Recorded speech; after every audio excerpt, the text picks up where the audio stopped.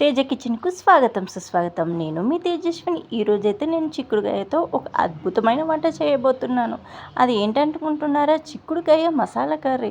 Very టేస్టీగా ఉంటుంది. నేను చిక్కుడుకాయలు అయితే ఒక పావు కేజీ తీసుకొని ఇప్పుడు ముందుగా అయితే మనము ప్రిపరేషన్ కోసం ఆయిల్ అయితే పోసుకున్నాను. ఒక 6 కొల్ల ఆయిల్ అయితే పోసుకున్నాను. ఇందులో మనము ఆవాలు వేసుకోవాలి. నేను చిక్కుడుకాయలు అయితే చాలా శుభ్రంగా కడిగి తీసుకున్నాను. కడుక్కొని పక్కకు పెట్టుకున్నాను. ఇప్పుడైతే మనం ఆవాలు వేసుకొని అవి చిటపటలాడాక అందులో మనమైతే ఎల్లిపాయలను తొక్క తీసి మధ్యలో కట్ చేసుకొని వేసుకోవాలి. అలా వేసుకోవడం వల్ల మనకు టేస్ట్ అనేది తగులుతుంది. చాలా బాగుంటుంది. తిన్నా కానీ చాలా టేస్టీగా ఉంటుంది. కొంతమంది ఎల్లిపాయలు కూడా తింటారు. అసలు ఆ విధంగా కూడా ఎల్లిపాయలు యూజ్ చేస్తుంటారు. ఎల్లిపాయలు వేసుకోవడం వల్ల చిక్కుడుకాయ కర్రీకి మంచి టేస్ట్ వస్తుంది. ఇలా వేసుకున్న తర్వాత ఇందులో మనం ఒక 3 పచ్చిమిర్చి అయితే కట్ చేసుకొని వేస్తున్నాను. పచ్చిమిర్చి అనేది చిక్కుడుకాయ కర్రీకి వెరీ టేస్ట్ని ఇస్తుంది. తర్వాత ఉల్లిగడ్డ ఒక పెద్ద ఆనియన్ను కట్ చేసుకొని వేసుకున్నాను. తర్వాత ఇంకేం వేస్తాము, మనము అల్లం అయితే వేసుకుందాము. అల్లము ఒక చిన్న స్పూన్ల సగం వేసుకుంటే సరిపోతుంది. ఆ విధంగా మనము ఇవి కొంచెం వేగాలి. వేగిన తర్వాత అల్లం వేసుకోవాలి. అప్పుడే టేస్టీగా ఉంటుంది. చూసారా, అల్లం వేస్తున్నాను. అల్లం అలా మంచిగా మిక్స్ అవ్వాలి. అందులో ఇవి కొంచెం కలర్ అనేవి మారుతూ ఉండాలి. ఏంటంటే ఈ మిరపకాయలు ఉల్లిగడ్డ అనేది రంగు అనేది కొంచెం మారుతూ ఉంటూనే వెరీ టేస్టీగా ఉంటుంది. ఇప్పుడు ఇవి రంగు మారుతూ ఉన్నప్పుడు ఇందులో నేనైతే ఒక స్పూన్ చిన్న స్పూన్ తోటి ఒక స్పూన్ పసుపు వేసుకున్నాను. తర్వాత ఈ సాల్ట్, ఒక టేబుల్ స్పూన్ సాల్ట్ అయితే వేసుకున్నాను.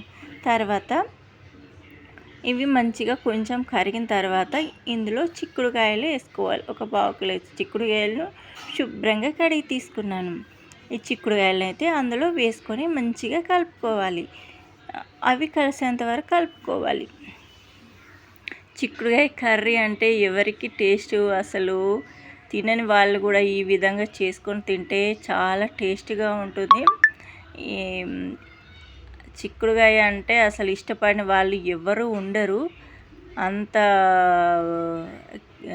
చిక్కుడుకాయ కర్రీ అంటే చాలా బాగుంటుంది. ఈ విధంగా కలుపుకున్న తర్వాత మూత పెట్టేసుకుందాము.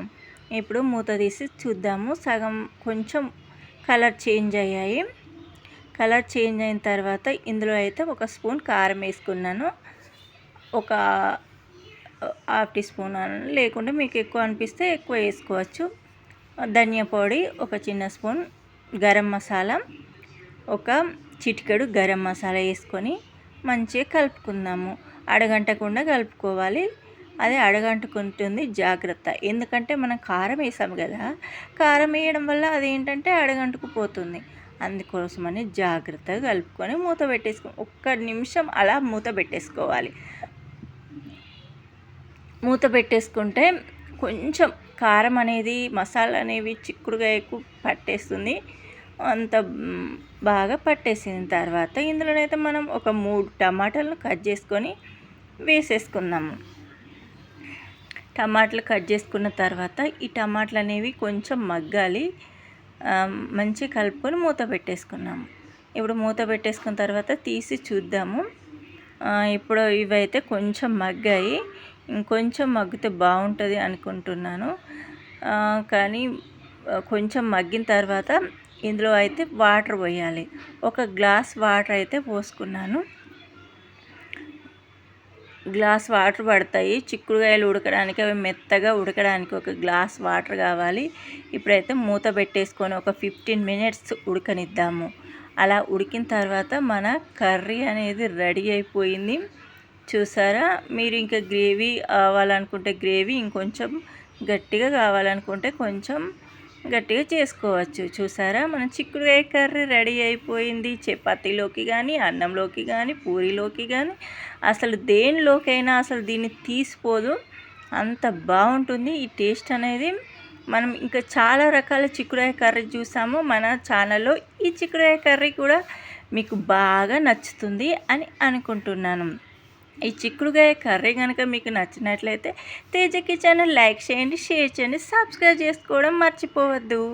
ప్లీజ్ సబ్స్క్రైబ్, కామెంట్ కూడా చేయండి. ఎలా ఉందో టేస్ట్ చూసి చెప్పేయండి.